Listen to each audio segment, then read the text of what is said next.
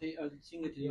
وفا خوريږي چې را پاکستان پیپلز پارټي سره تاسو میټینګ شوی دی او قومي وطن پارټي چې دا نو دا پاکستان پیپلز پارټي کې زم کیږي بار بار دا خبره چې په مختلف انګل سره واتس اپ ګروپس کې سوشل میډیا باندې وچتيږي تاسو څنګه چې را د پاکستان حقیقت دی دا شي تاسو ما ما بخل زنیم خبر چې دا ول دا فیک نیوز مونږ بچي هغه کیږي کله یو شانته اگر راشي فیک نیوز کله بل شانته راشي د دې زسه جواب ورکما چې دا خو شل پیزیش کاله اوس چې دا پیپلز پارټي نه جدا شو نو دا سلسله ما شانته چلیږي سمودا هغه شي خاموش شي بیا شروع شي نو زما په خیال خلکو تم پته ده مونږ خپل یو کردار د په سیاست کې او یو بل مقاصد هم دي هغه مقاصد لپاره مونږ لګیو کار کوو چې په خوندې وخت کې به تاسو تنګي کې 22 غنټې د بجلی لوډ شیډینګ دغه شانتي د ګیس لوډ شیډینګ دا روان دي دلته کې چې ګیس محکمې ته ورشي هغه پیپونه داسې لګېدلي چې هغه ترځینه اوري کې ګیس نه نو دا سم ملک شو په دې کې څه د هغه د دې پالیسي چې د دې باندې هغه قتل غواړي چې بیا آیا د حکومت چې دا کوم خبره کوي په دې باندې څه عمل کیږي او د دې څه پالیسي ده دې باندې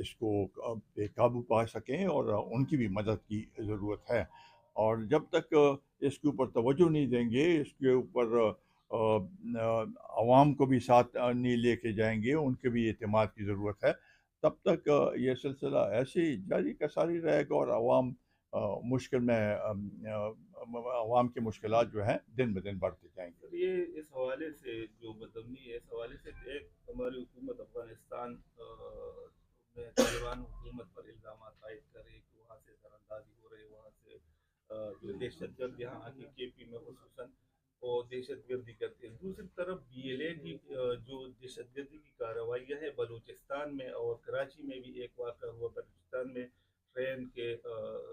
جو اسٹیشن تھا ریلوے اسٹیشن وہاں پر بھی ہوئے. تو ادھر خاص طور پر چینیوں کو، چینی شہریوں کو نشانہ بنایا گیا. تو BLA کے حوالے سے کہ BLA چونکہ اس سے تو صاف ظاہر ہے کہ یہ اس میں بیرونی ہاتھ ہے، اور آپ خود دیکھیں بین الاقوامی سطح پہ چین کے خلاف کون ہے، اور کون چین کو روکنا چاہتی ہے. تو یہ تو صاف ظاہر ہے، اور کون چاہتا ہے کہ اس ملک میں افراتفری ہو. تو یہ سب چیزیں ہیں، اس کو نظر انداز نہیں کیا جا سکتا. صرف ایک جگہ پہ آپ نے کارروائی کر دی ہے، آپریشن محدود میں آپریشن کر دی ہے، یہ اس کا حل نہیں ہے جب تک آپ اس کے تہہ تک نہیں پہنچتے. اور تہہ تک پہنچنے میں یہ جو باہر سے جو منصوبہ بندی ہو رہی ہے، باہر سے جو جس طریقے سے پاکستان کے خلاف سازشیں ہو رہی ہیں، ان پہ نظر رکھنے کی ضرورت ہے. کہ بھی حکومت نے تمام تر جو آپ نے جس طرح کا توانائی اور توجہ بانی پی ٹی آئی کی رہائی پر مرکوز کی، کیا بانی پی ٹی آئی رہا ہوں گے تو یہ سارے مسائل حل ہوں؟ کوئی بھی مسئلہ حل نہیں ہوگا، اور نہ ان کی اس طرف توجہ ہے، مہنگائی کی طرف نہیں ہے، بدامنی کی طرف نہیں ہے، بے روزگاری کی طرف نہیں ہے، اس صوبے کے حقوق کی طرف نہیں ہے. صرف اور صرف یہ، اور میں تو جو ان نے ڈیمانڈز کی ہیں تو اس میں تو اگر آپ دیکھیں تو سارا اگر اس کا لباب دیکھیں تو صرف عمران خان کی رہائی ہے. تو عمران خان کی رہائی اگر یہ اس طریقے سے چاہتے ہیں تو کل تو کوئی اور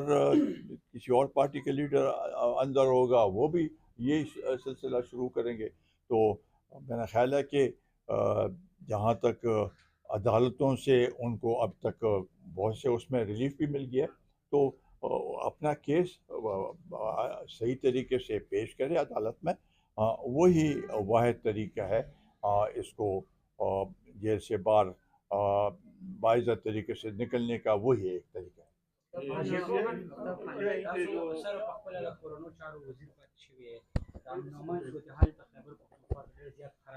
شیدا خدا چې یو مسله ده دغه حل نشته. ګوره دې کې ډېر اقدامات دي. یو خو د دې صوبې چې کوم وسایل دي، آیا هغې کې زموږ CTD، زموږ د پولیس د انټیلیجنس والا هغې ته هغه شانتې وسایل ملاویږي. بل د سامرا انټیلیجنس ایجنسی چې دي دوی یو هغې باندې راوستل چې یو بل سره چې څه ورسره هغوی سره انفارمیشن یې هغه شیر کول دي، او دې باندې توجه ورکول دي. نیشنل ایکشن پلان کې 20 پوینټونه دي، هغې باندې دپاره نوې هغه جوړول پکار دي چې څه هغې کې څه نور ضرورت شته، او دې باندې توجه ورکول ضرورت دی. توجه نشته په دې باندې. نو د دې دپاره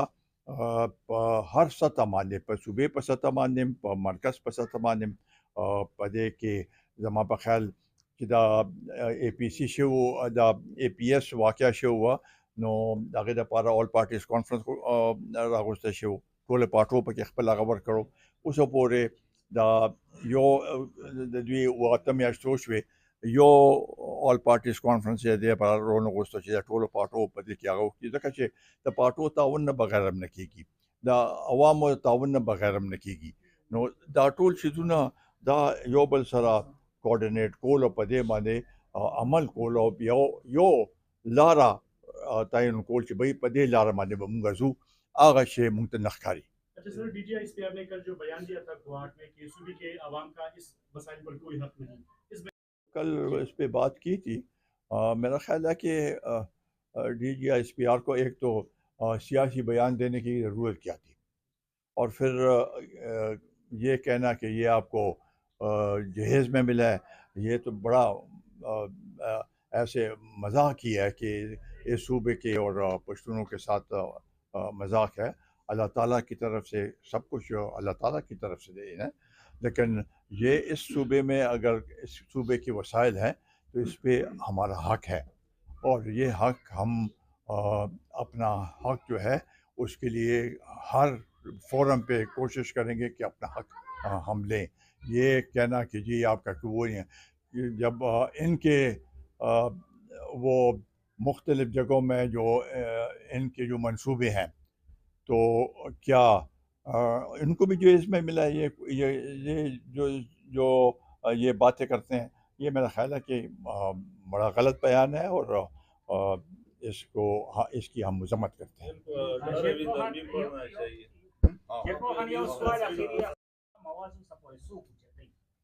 دغه خو اوس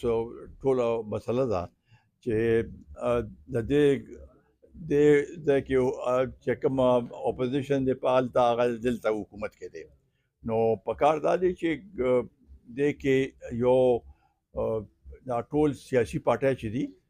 یو نیشنل ډایلاګ پکار دی، او هغه نیشنل ډایلاګ کې په منیمم پوینټس باندې کم از کم اتفاق کول پکار دی چې ملک کې جمهوریت فروغ وشي، آئین مطابق آئندہ الیکشن دے بالکل منصفانہ وشي. په دې شیزونو باندې هغه کول پکار دی، معیشت طرف ته توجه ورکول پکار دی، یو ډایلاګ پکار دی، نیشنل ډایلاګ چې په هغه کې ټولې سیاسي پارټۍ د حکومت او د اپوزیشن